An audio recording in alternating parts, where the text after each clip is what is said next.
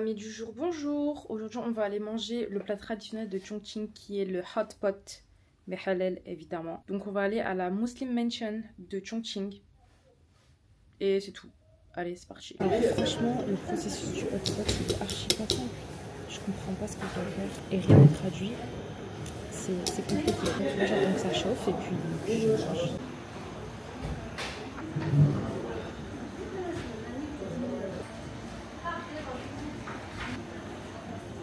Alors les amis, là je suis dehors. Le hot pot là, c'était affreux. Excusez-moi, mais je comprends vraiment pas la hype. C'était galère à manger, je me sentais observée.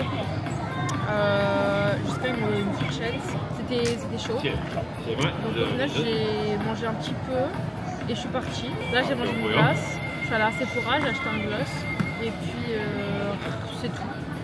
Là je suis dehors, je sais pas ce que je fais. J'ai pas tarder à rentrer parce qu'il faut que je fasse ma valise et tout. Demain je pars super tôt, donc voilà. Salut guys, je sais qu'à la base c'est pas une vidéo face cam, mais j'ai pas trop filmé les jours après Chongqing parce que je trouvais que j'avais beaucoup vlogué, que j'avais vraiment envie de profiter de mon voyage. Du coup j'ai un peu filmé mais pas trop. Du coup je vais un peu combler les trous en vous racontant en fait tout simplement ce que j'ai fait, ce que j'ai vu. Après ma dernière journée à Chongqing que vous venez de voir, le matin j'ai pris un train couchette, donc un train qui n'est pas grande vitesse, pour une durée à peu près de 5 heures pour aller à la ville de Furongzhen. Dans le train j'ai rencontré une fille qui s'appelle Rosa et sa maman et elles m'ont invité à revenir en Chine et à venir chez elle pour qu'elle me fasse visiter. Non mais s'il vous plaît, adorable, super gentille, une fille de mon âge, une étudiante et tout. Trop sympa, c'était vraiment bien. Et le train couchette, j'en avais pas mal d'appréhension. En fait, c'était vachement bien. C'était nickel, hyper facile d'accès et tout. J'ai trop kiffé. Donc revenons à Furong, qui est un village vieux de 2000 ans. Donc j'étais hyper pressée d'aller là-bas. J'avais vraiment envie parce que je voyais ça sur TikTok partout. Et j'avais vraiment envie d'aller voir ça de mes yeux vus. J'ai passé une seule nuit. Je suis allée visiter la vieille ville. J'ai attendu la fin de la journée à peu près. Je suis sortie peut-être vers 16h.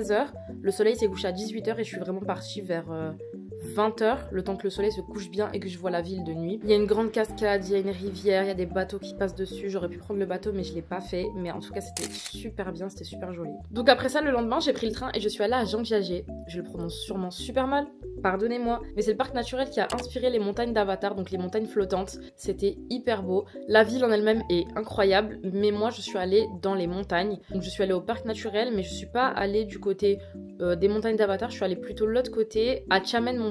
C'est les escaliers du paradis si je me trompe pas. Il faut prendre un télécabine pour y aller, donc au départ de Zhangjiajie jusqu'à tout en haut de la montagne. C'était tellement beau, ça a duré à peu près 25 minutes. Et tu te dis mais comment l'homme il a construit tout ça? Comment ils sont allés construire tout ça dans la montagne perdue là-haut? Et c'était tellement beau. Donc j'ai fait une espèce de petite rando, il faisait gris, il n'y avait pas de soleil. Et c'était vraiment vibe Avatar, vibe... je sais pas, unmatched. C'était trop bien en fait, vraiment. Ça m'a appris beaucoup de choses sur cette montagne, sur le parc naturel, sur la ville aussi. C'était vraiment hyper bien, j'ai trop kiffé. Et franchement, je m'en veux de pas être restée plus parce que j'aurais voulu faire l'autre côté du parc aussi. En fait, j'aurais voulu faire tout le parc, vraiment. Mais j'espère y retourner, Inch'Allah, et je ferai mieux. Pour les escaliers du paradis, il y a 999 marches. Est-ce que vous pensez que je les ai montées? Je vous laisse réfléchir. Eh bien oui, voilà, si vous avez dit non, c'est que vous croyez pas en moi et je suis un peu déçue. J'ai monté les 999 marches, j'étais essoufflée, ça montait comme ça, les Chinois étaient essoufflés, on était tous essoufflés. Et au final, je suis arrivée en haut, j'ai pris des photos, c'était sympa, il commence à pleuvoir. Je me suis dit tant pis je redescends. Mes genoux étaient morts après une telle ascension, donc évidemment je suis pas redescendue par les escaliers, j'ai pris un escalator.